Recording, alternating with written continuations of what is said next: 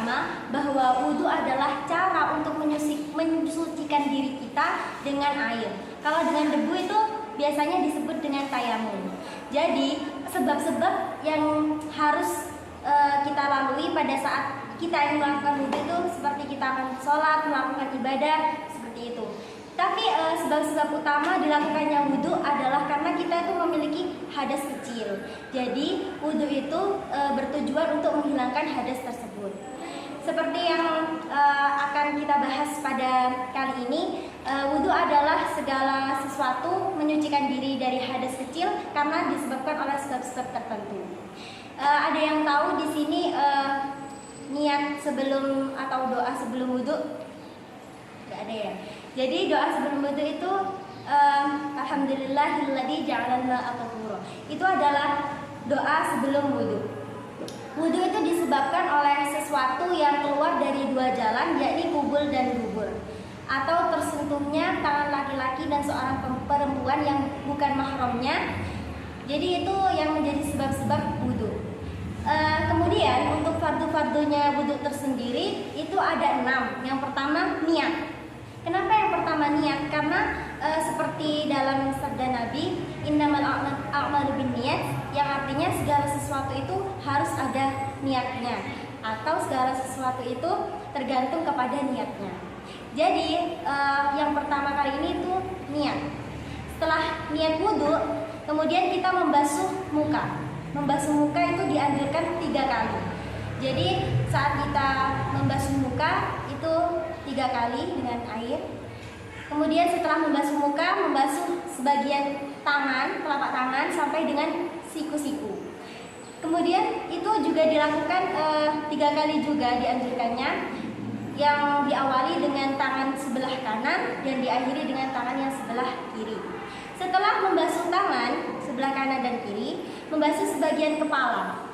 Jadi membasuh sebagian kepala itu juga 3 kali juga. Setelah membasuh sebagian kepala, membasuh kaki sampai dengan mata kaki. Jadi sebenarnya untuk membasuh kaki ini bisa sampai dengan lutut juga tidak apa-apa, karena itu juga dianjurkan juga 3 kali juga. Yang keenam, tertib. Tertib di sini itu artinya berurutan antara fardu yang pertama sampai dengan akhir. Artinya berurut antara membasuh muka sampai dengan membasuh telapak kaki. Kemudian di wudhu itu juga ada sunnah-sunnahnya. Jadi kalau digabung dengan sunnah-sunnahnya, sebenarnya rukun wudhu atau tata cara wudhu itu ada 14. Tetapi di sini memang sudah dibagi-bagi menjadi fardu dan sunnah-sunnah wudhu tersendiri.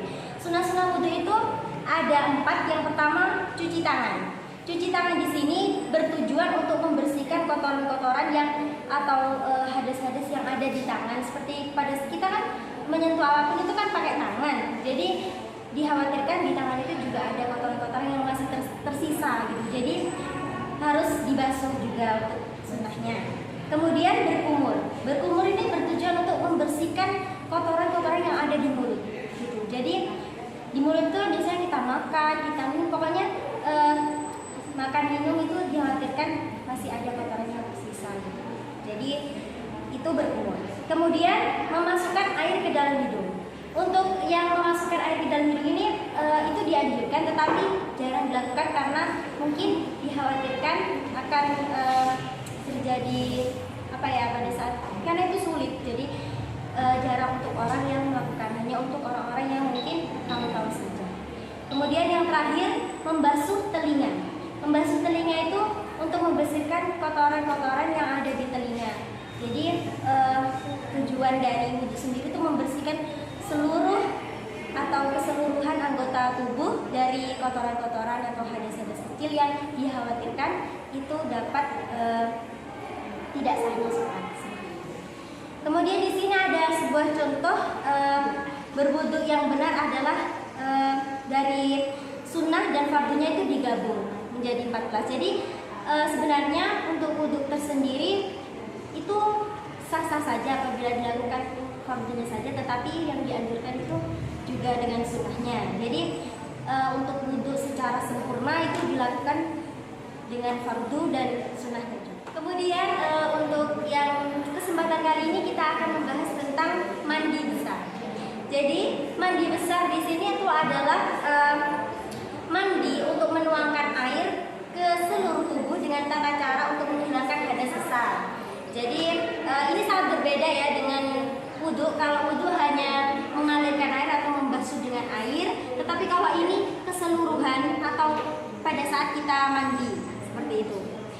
Yang menyebabkan seseorang itu mandi besar, yang pertama keluarnya mani pada laki-laki, yang kedua haid, nifas, wiladah pada perempuan, dan orang-orang meninggal seperti itu. Jadi orang meninggal itu dimandikan besar itu bertujuan untuk membersihkan atau menghilangkan najis-najis pada saat akan seperti itu. Jadi seperti kita wanita itu kan biasanya kita haid seperti itu. Kalau misalkan seumuran kita itu biasanya haid gitu. Jadi setelah haidnya selesai itu kita diwajibkan untuk mandi besar. Kalau kita tidak mandi besar nanti sholat kita itu tidak sah, bahkan kita tidak boleh sholat sebelum kita melakukan mandi besar. Jadi bisa dicerna ya bahwa mandi besar itu hukumnya adalah wajib. Kemudian untuk fardu-fardunya dari mandi besar sendiri itu hanya ada 3. Yang pertama niat mandi besar. Ada yang tahu di sini niatnya mandi besar? Oh, semuanya tahu ya? Ya, jadi niat mandi besar itu ya seperti itu niatnya, nawatul ghusla itu. Kemudian untuk yang kedua, membersihkan badan dari najis. Itu ya seperti pada saat kita mandi itu, tetapi itu diawali dari ujung kepala sampai dengan ujung kaki. Jadi itu mungkin para ulama qurra itu berpendapat bahwa dari ujung rambut sampai ujung kaki itu bertujuan untuk tertib itu tadi, seperti yang dalam rukun fardunya yang terakhir seperti itu. Jadi yang ketiga, mengalirkan air ke seluruh rambut dan permukaan kulit, itu yang seperti yang tadi. Jadi perbedaan antara membersihkan badan dari najis dan mengalirkan air itu yang pertama. Kalau yang kedua itu membersihkan badan dari najis itu kita itu kalau menggosok-gosok atau pada saat kita mandi itu kan bisa pakai sabun atau pakai apa. Jadi itu menghilangkan atau membersihkan badan dari najis. Kemudian dialirkan air itu artinya dibersihkan dari sabu-sabu tadi. Jadi di situ adalah tata cara pada saat kita melakukan mandi besar untuk menghilangkan hadas. Jadi untuk menghilangkan hadas besar itu kita diwajibkan untuk melakukan mandi besar dengan tata cara yang sudah saya jelaskan tadi. Di sini ada sebuah contoh example. Apabila ada seorang ibu yang baru saja melahirkan secara normal, maka darah tersebut adalah darah wiladah. Jadi darah wiladah di sini adalah darah yang keluar dari seorang ibu yang telah melahirkan seorang anak. Jadi itu biasanya kan kalau ibu-ibu kayak sudah melahirkan itu kan biasanya keluar darah, itu dinamakan darah wiladah. Tetapi selanjutnya itu disebut dengan darah nifas sampai dengan beberapa hari ke depan atau berapa bulan ke depan.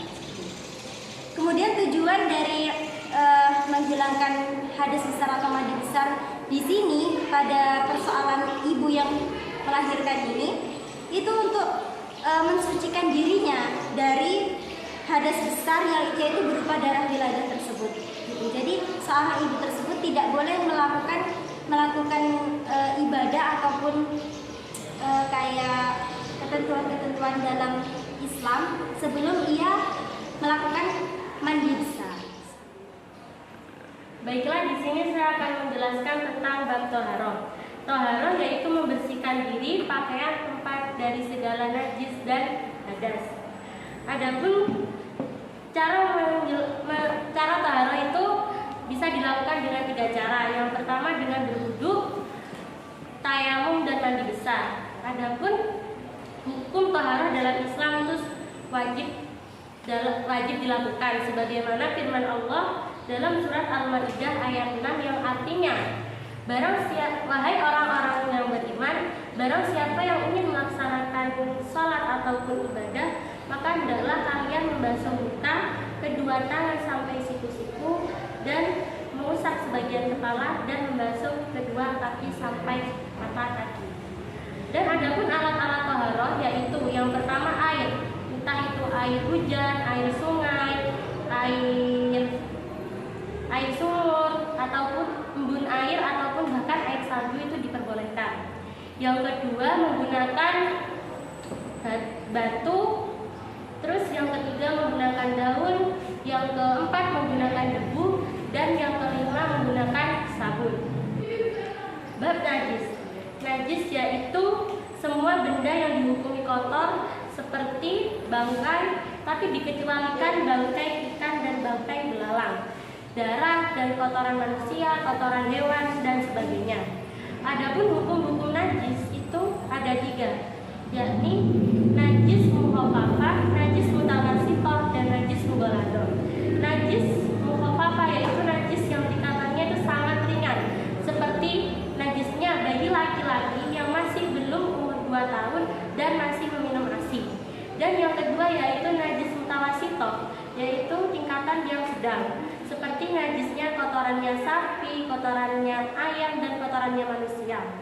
Dan yang ketiga yaitu najis mughalladah. Najis mughalladah yaitu najisnya babi ataupun anjing. Dan adapun cara-cara untuk mensucikan najis-najis tersebut yaitu yang pertama, najis mukhafafah cukup dipercikan air kepada najis tersebut.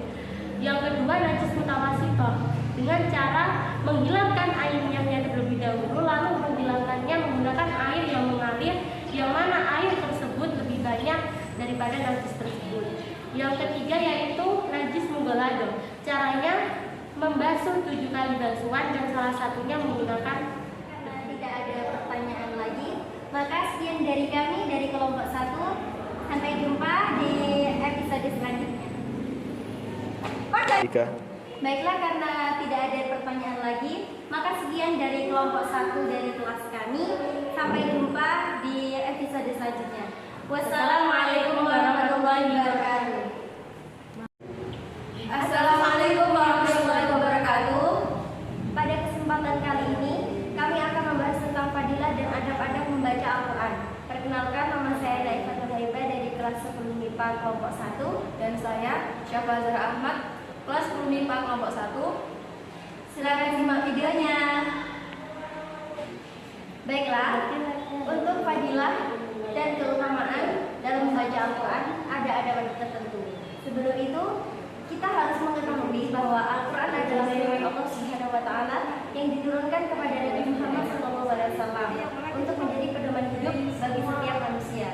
Oleh karena itu, kenapa Al-Quran dijadikan pedoman hidup? Dikatakan di dalam Al-Quran tersebut merupakan suatu firman Allah yang di dalamnya terdapat beberapa cara untuk melanjutkan beberapa tata cara dalam kehidupan. Oleh karenanya, dalam Al-Quran tersebut diberikan keutamaan-keutamaan yang dijadikan pedoman bagi setiap manusia, terutama muslim. Oleh karenanya, membaca merupakan ketentuan yang menjadi keutamaan dari setiap muslim.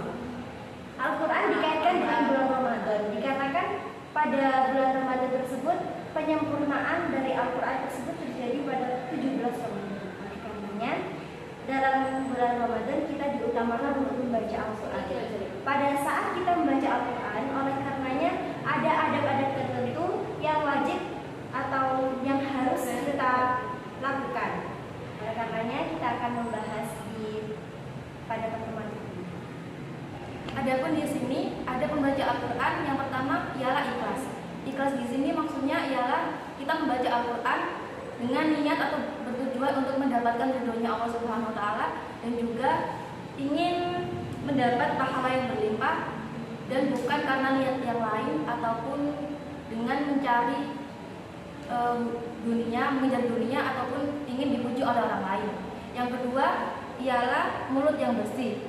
Disunahkan membaca Al-Quran dengan mulut yang bersih, dengan siwak ataupun dengan bahan-bahan pembersih mulut yang lain, karena agar tidak mengganggu sekitar dengan bau mulut yang bisa mengganggu sekitar. Yang ketiga, dalam keadaan suci. Dalam keadaan suci di sini artinya kita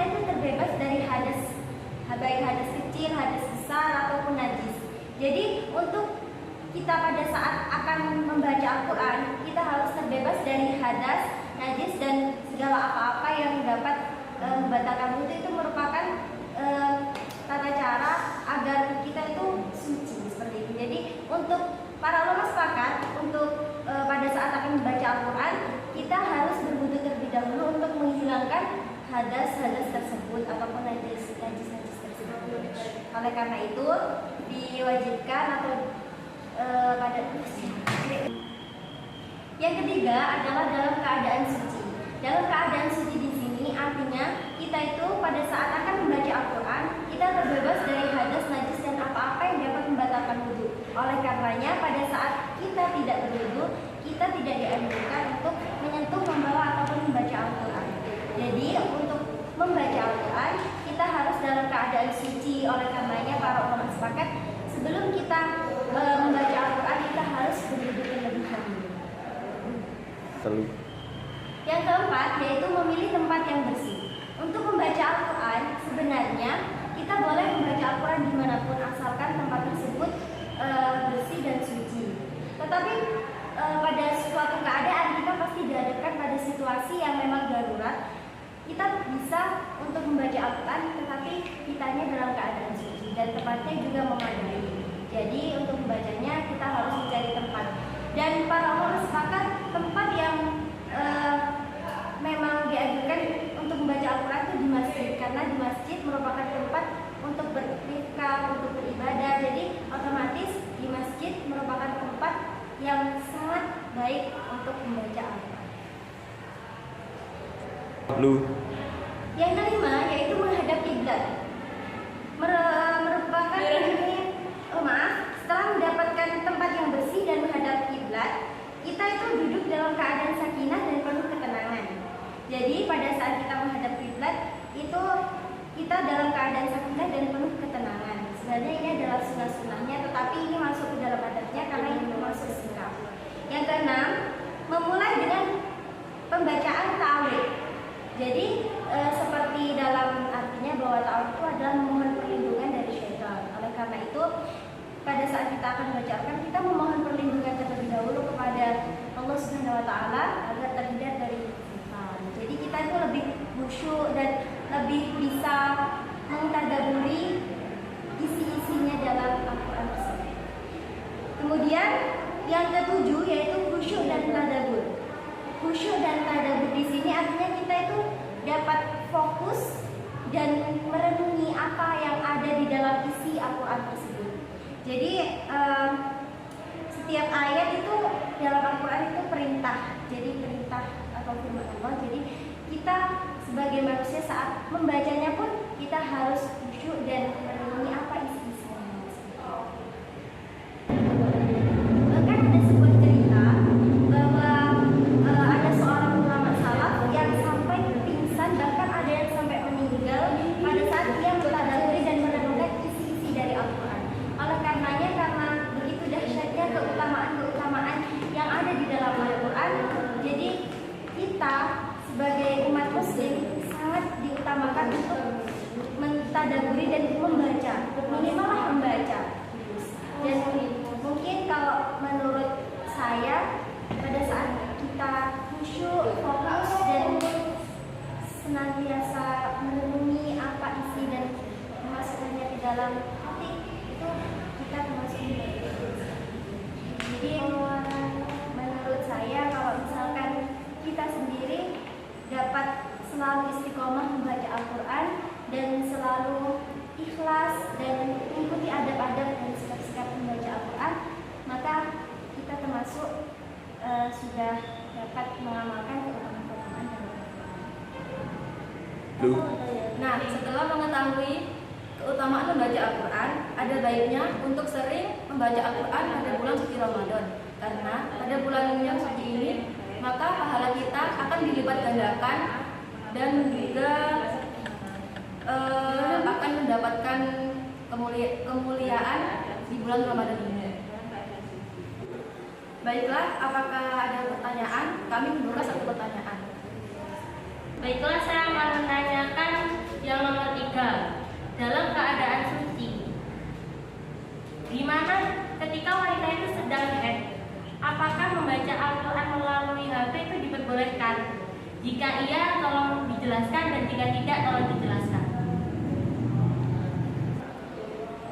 Baiklah, saya akan menjawab pertanyaan dari mbaknya bahwa seorang wanita yang sedang haid membaca Al-Quran melalui HP itu diperbolehkan atau tidak? Itu boleh, asalkan ketentuannya adalah tidak boleh menyentuh apalagi membawa. Tetapi kalau di handphone itu kan kita tidak menyentuh ataupun membawa Al-Quran secara langsung. Jadi itu diperbolehkan membacanya. Tergantung niatnya. Juga kalau untuk pembelajaran itu tidak apa-apa karena itu diperbolehkan. Tetapi kalau untuk yang lebih khusus itu dilarang karena kalau misalkan yang khusus kan biasanya untuk khataman ataupun sejenis itu tidak diperbolehkan. Tapi kalau untuk pembelajaran di madrasah itu diperbolehkan.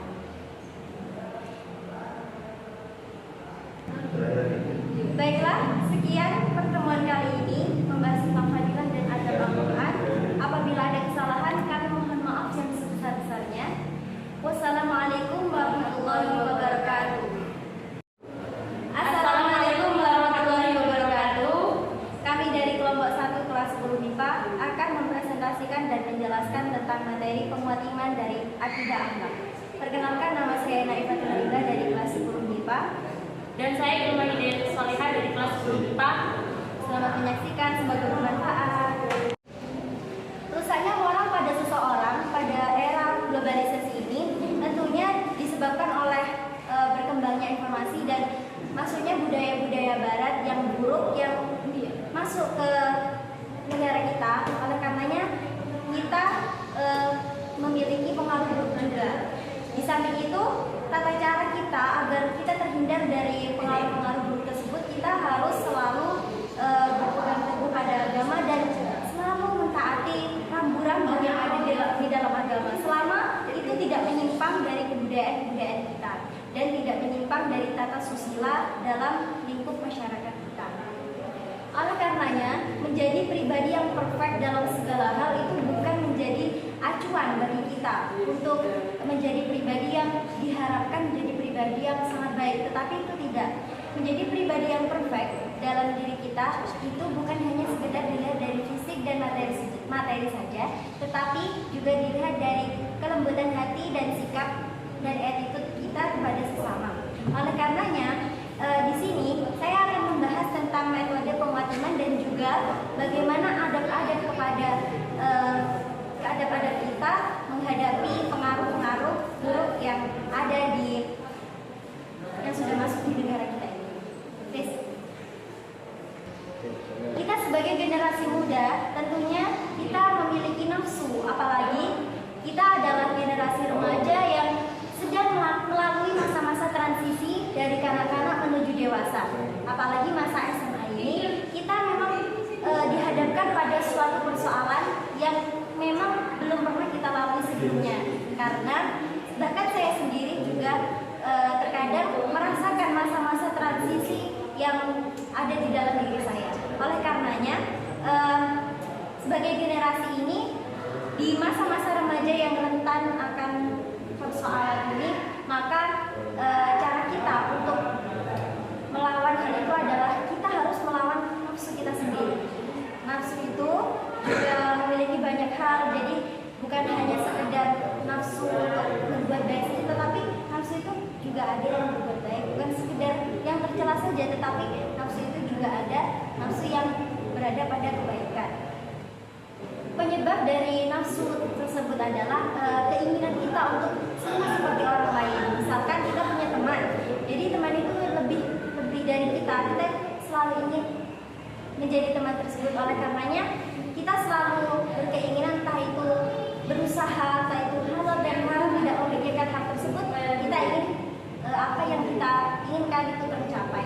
Oleh karenanya yang pertama penyebab dari kegagalan dari metode penguat iman ini adalah yang pertama nafsu al-lawami atau nafsu yang menjadi pengeksekusi atau nafsu yang menjadi landasan transisi dari masa kanak-kanak menuju ke masa yang dewasa. Jadi masa ini adalah masa di mana kita perubahan antara keinginan kita yang dulunya seperti anak-anak itu menjadi dewasa, pemikirannya lebih dewasa. Jadi itu harus, jika nafsu lemah-lemahnya ini baik, maka jadinya kita kedepannya itu akan lebih baik.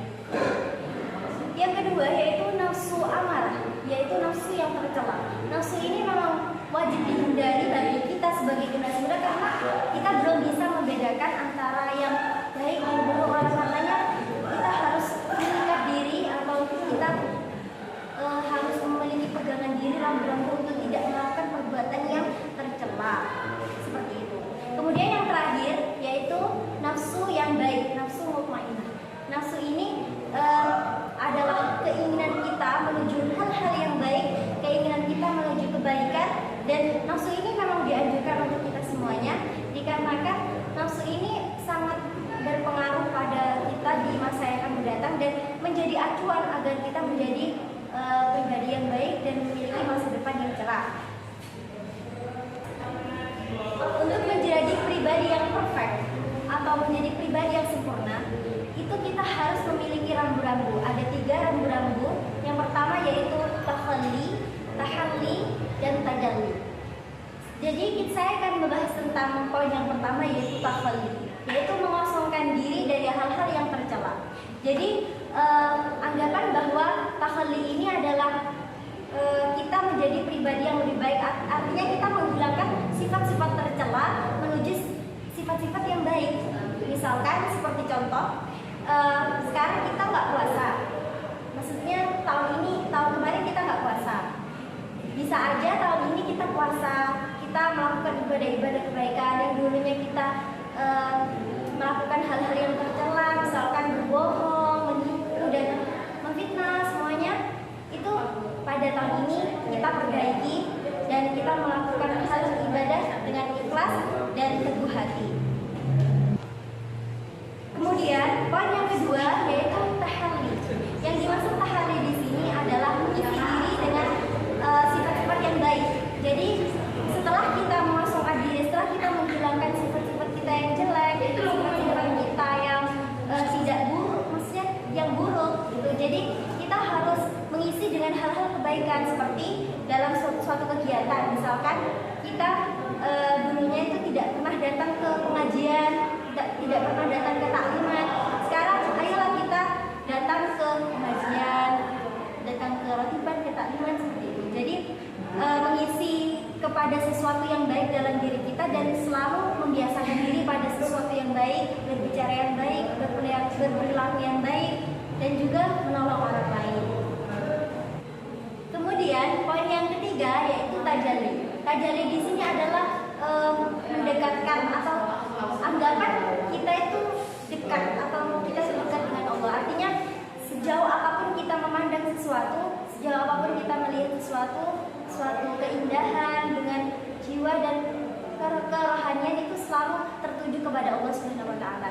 Jadi apapun entah itu kebaikan, keindahan itu pasti itu adalah anugerah dari Allah. Jadi kalau tajalli ini adalah sesuatu yang memang sudah dilampaui oleh orang-orang yang telah melakukan takhalli dan tahalli. Jadi ini adalah akhir dari sebuah proses yang telah mereka lalui. Jadi setiap apapun yang dilakukan, entah itu kebaikan apapun, selalu berpihak bahwa itu, beranggapan bahwa itu adalah Allah Subhanahu wa taala, keagungan Allah, kebesaran Allah.